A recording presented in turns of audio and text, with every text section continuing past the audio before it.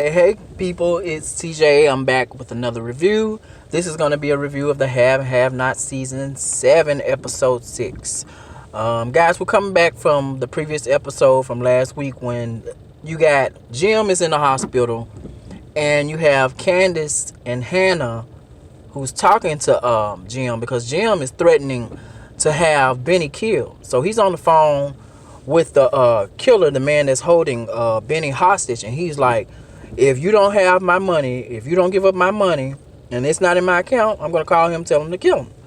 And Candace is like, okay, Jim, calm down. We're going to get your money or whatever. He was like, you better get my money. So Candace ends up leaving, and Hannah is still there with Jim. Jim decides that he wants to taunt Hannah and have her call him Mr. Jim and all that stuff, and sir and stuff like that, like he's her master. Although she used to work for him as a maid, he's definitely living up to that racial stereotype, that people have about people if you're black and you're working for a white person, because he was having her call him Mr. Jim, and he was just making fun of her, basically. So they get to the next scene, and you got Wyatt and Katheryn. They still in the cell, right? Wyatt is still talking crap to Katheryn. They going back and forth or whatever. Then up comes Marty. Marty, who is Katheryn's attorney, he comes in, and Wyatt like, Marty, glad you're here. And he was like, Katheryn, we need to talk or whatever. So they unlocks Katheryn out of her cell, and Marty and Katheryn began to leave, and you got Wyatt on the sideline talking about hey, where y'all going? Let me out of here too. So Wyatt thought that he was coming to let both of them out. Why on earth he was thinking that, I have no idea, but he thought that, and Katheryn wasn't bothered. She was walking off with Marty. So we get to the next scene, guys, where Madison is taking Justin home. So Madison takes Justin home, and Justin decides to invite him in. And as they're walking up to the house, you got security at the front door. And what I don't understand about the status of Madison and Justin and Jeffrey's relationship, like where are we going with this storyline? Because I'm confused, because on the past episodes in the previous season, he was obsessed with Jeffrey. Jeffrey liked him. They made it like Jeffrey was falling in love with Justin.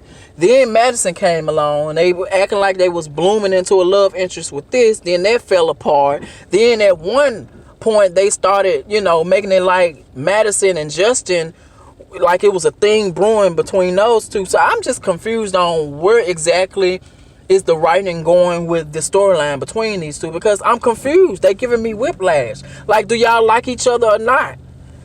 If you don't like each other, then you don't like each other. Don't have anything to do with each other. So anyway, they walk up in the house. You got crew members working on the damages that got done to the house. And I'm thinking, are these the crew members that are part of the actual scene, or are these the real crew members that are part of Tyler Perry Studios? And they actually filming while they film. Hey, I'm just saying, Tyler said himself, he shoots stuff in 2 to 4 days. So you never know. Everybody might be coming to work and working the same shift at one time. But anyway, guys. So Madison was just looking around. He was panning around the room. He was like, gosh, Jeffrey, your mama is crazy. He's just shocked at the lengths that Veronica went to just to try to destroy David and both Jeffrey and David. So they take a seat on the couch, right? And they start to talk.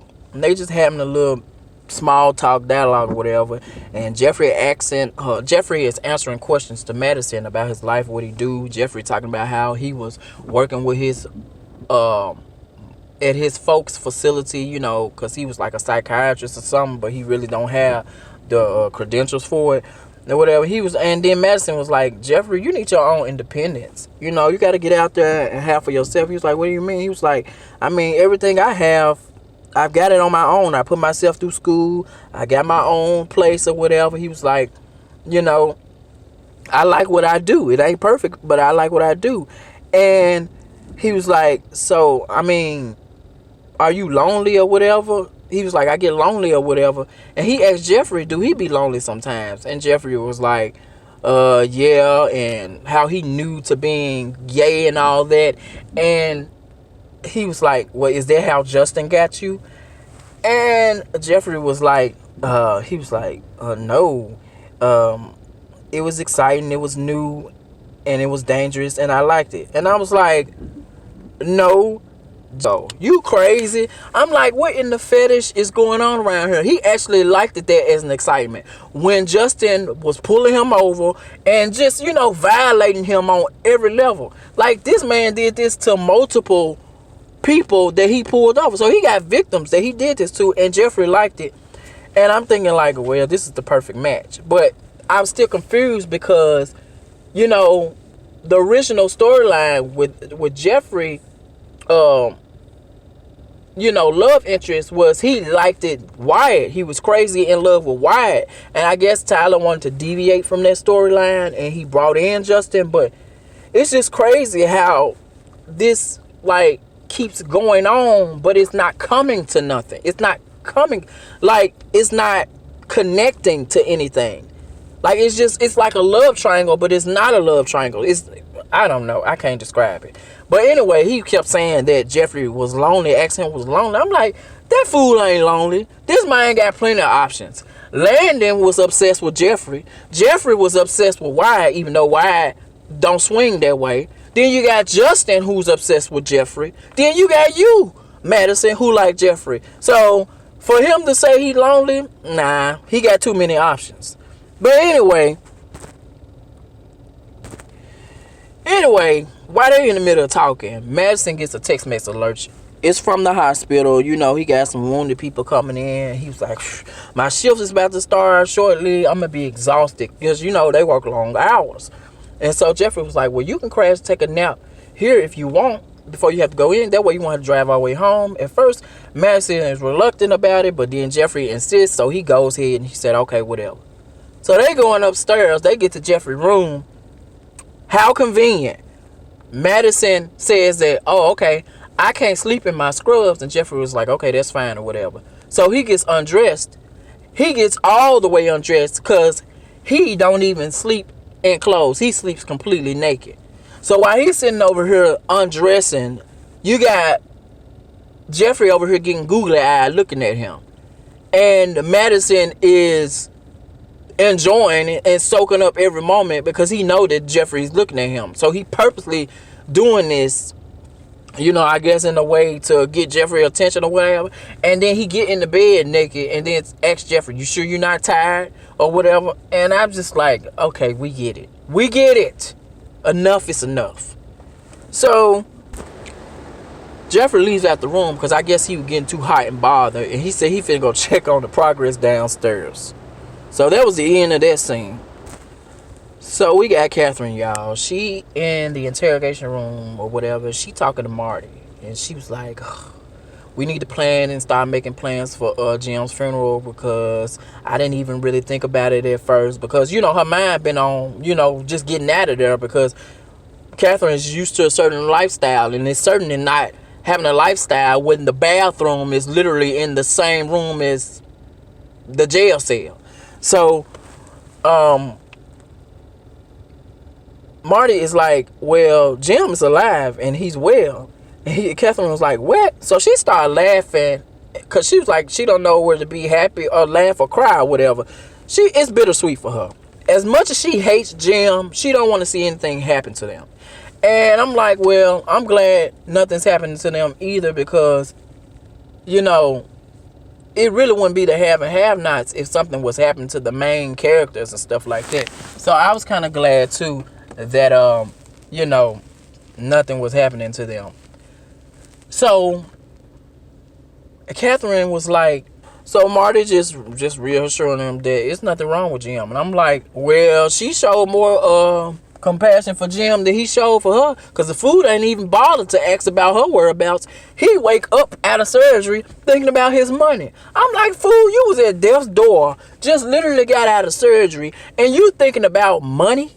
And you following through with your plan that you had a hitman on Benny which happened to not be no gangster, because he ain't no real thug. What kind of real hitman thug unless somebody call and talk to their mama and assure them that they all right? Because that's what he did a couple of episodes ago, and I didn't review it because they was making me mad with the writing, because after the first episode, it just started to get all over the place, and it made me mad, and I ain't want to do no review about that. But that was a different story, y'all.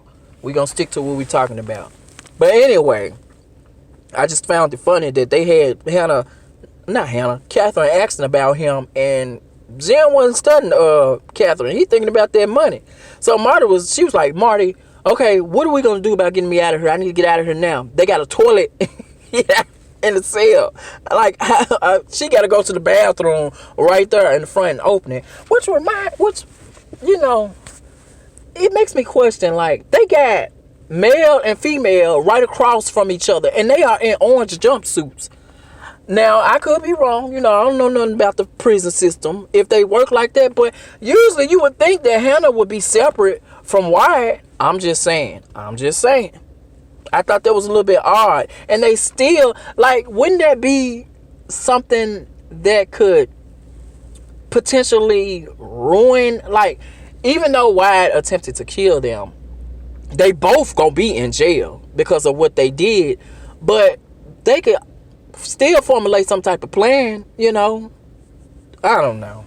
Well, I don't know, y'all. I don't want to get off topic.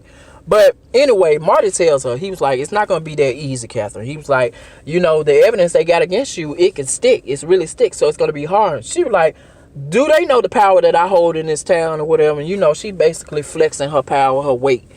And Marty was like, I hear you and all, but the Salas family is bringing up a wrongful death lawsuit against you. So it's going to be hard to shake this. And she was like, okay, so what do you mean? He was like, they can sue you and take you for all you got. She was like, all I got? He was like, if I was you, I would highly suggest that you find somebody that you really trust, that you can put all your money and your assets into, because they can take you for everything. And he was like, do you have any family members, anybody that you can trust? And of course, she chooses Hannah. And he was like, you don't have any family members? She was like, no. I'm like, no, fool. She trusts Hannah. That's her friend. He was like, your maid? She was like, no, that's my friend. I'm like, dang, everybody be dissing Hannah around here. No wonder she be just going off. But he was like, okay, I'll arrange it up and I'll set it up and I'll have her come down here or whatever. And she was like, Marty, get me out of here. Work on it. He was like, I'm working on it. She was like, now. He was like, I'm working on it. I'm like, this is everybody's favorite word. I'm working on it. What are you talking about? Come on, let's go. What are you doing? What's wrong with you? That's their favorite lines. Touched by Tyler Perry. So we got Candace and we got Mitch, right? They at the place because they waiting on to hear word back from Mitch folks, because they found the tracking number on where the guy is calling from, where Ben is calling from or whatever. And so he waiting on his guys to move in on him. Candace is, she's very impatient because it's her brother, so rightfully so. And so you got, on the other end, you got Hannah blowing up Candace's phone because she's trying to find out what's going on. And Candace was like, it's my mom, she keep calling or whatever. And he was like, don't worry about it. She was like, I'm not going to answer it because she's going to call the police if I don't answer. He was like, well, then answer it.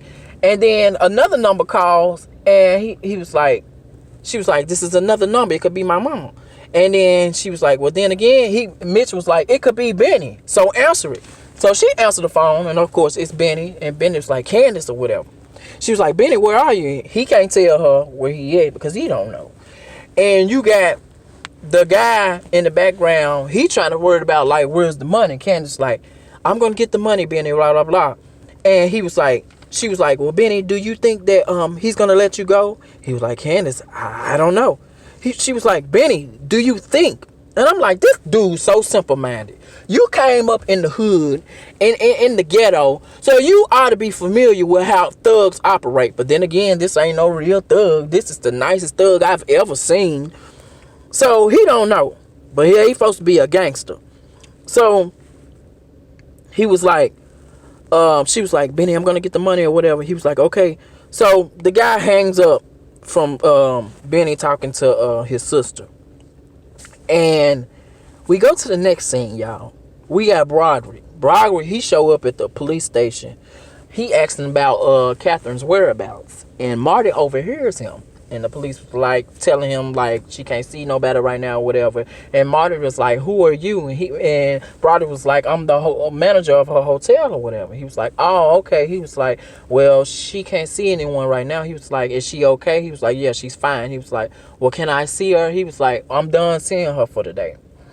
And he was like, you got any contact information? I can get a hold of you at the hotel. He was like, no, you can't reach me there. He was like, but where I am, the line where I'm staying at, the lines might be, hard to get through. So he gave him a number or whatever and the address.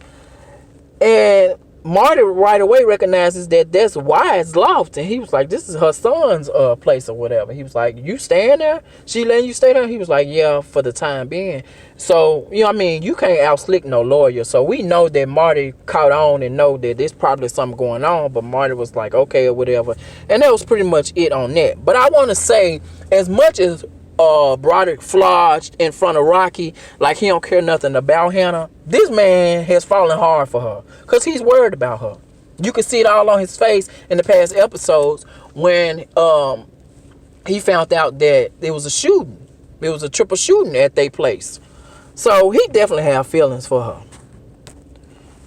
So we back to Candace and Mitch, y'all, right? So they wait because Candace still impatient. He was like, just wait 15 more minutes and my fam gonna move in. And he was like, you know how this works, Candace? He was like, my mom, she keeps calling back. He was like, well, answer or whatever. She answered the phone. Right away, Hannah. Candace, where are you? What's going on? She trying to calm her down. She was like, I'm going to call the police, Candace. She was like, Mom, don't do that. Wait. And she was like, look, if you don't call the police, she was like, where are you? Candace told her that she was at the bank and that she was waiting on them. She was like, well, what did they say? She was like, I don't know yet. I'm still waiting to hear back. She was like, Candace, if I don't hear nothing back from you, I'm calling the police. And she was like, okay, call me back. Call me back. So after that, we get to the scene with Wyatt. George walks in. He was like, George, so let me out, dude. Let me out of here. He was like, I can't do that, Wyatt. He's like, what do you mean? I'm testifying against my parents. I have immunity. He was like, Wyatt, I can't do that. Yeah, you have immunity for the hit and run or whatever. He was like, so I'm testifying against my parents, so let me out. He was like, Wyatt, there was a different crime. He was like, I have immunity. These folks be repeating the same lines, I swear. And he was like, I can't do that, Wyatt. This is two different crimes. You don't understand. This fool thinks that because he has immunity for one crime, it's going to cover any other crime that he commits. This fool is really so high to the sky that he can't come down to reality. But he came down to reality when George broke it down to him. Why? He said, why? You attempted to kill your mom and your dad. You are in here. He was like, your immunity is not going to cover that. You don't understand. You ain't going nowhere. He was like, well, who do I need to talk to get out of here? He was like, who's it up to? And George was like, it's up to me. And you ain't going nowhere. He was like, you tricked me. I'm like, he ain't trick you, fool. You just too simple-minded. Just like Benny. Wyatt and Benny, I swear, are one and the same. They are just like, they stupid. They real super simple-minded. So he was like, George, let me out of here, man. Let me out. George walk off. He ain't trying to hear it. Wyatt's stupid, man. I'm telling you, this man is dumb. So, you got David. He calls up Kyle, the attorney general. So he talking up to him. He was like, what can I do for you or whatever? And he was like, Jim told me about the arrangement you guys have. So right away, Kyle gonna be like, I don't know what you're talking about because it's confidential.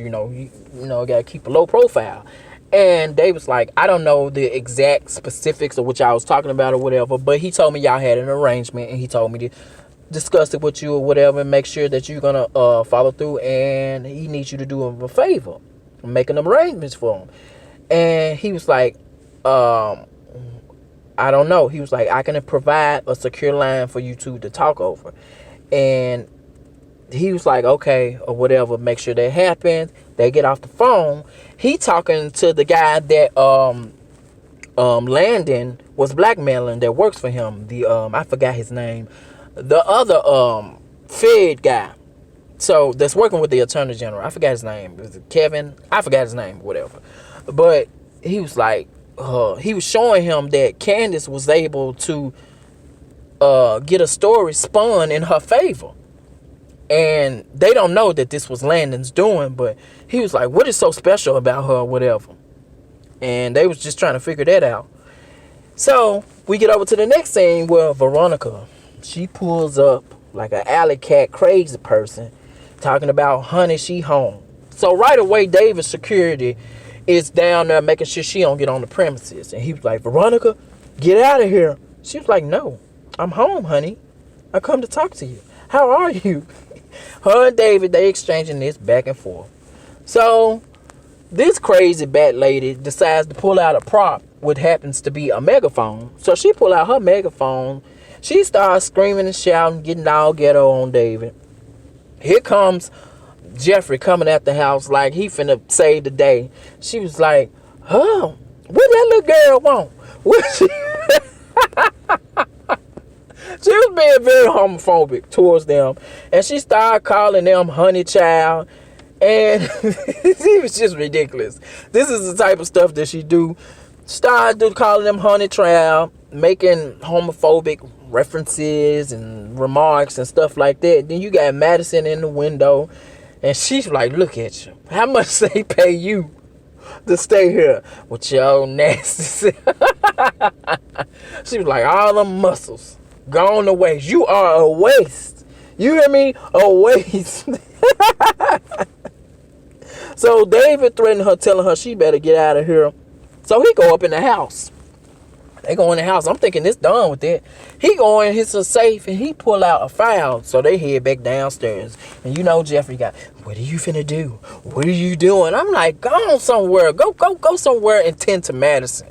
And he walk outside, hold them papers up in front of Veronica. You know what this is, right? She was like, yeah, I know. This will take us all down. And she was like, Veronica ain't worried about what David talking about. So David pull out his phone and he calls George, the DA, saying, I got some evidence that you could use against my wife. But I need you to get me in, what did he say? He says the evidence that he has can take Veronica down or whatever. So he need George to swing by his house.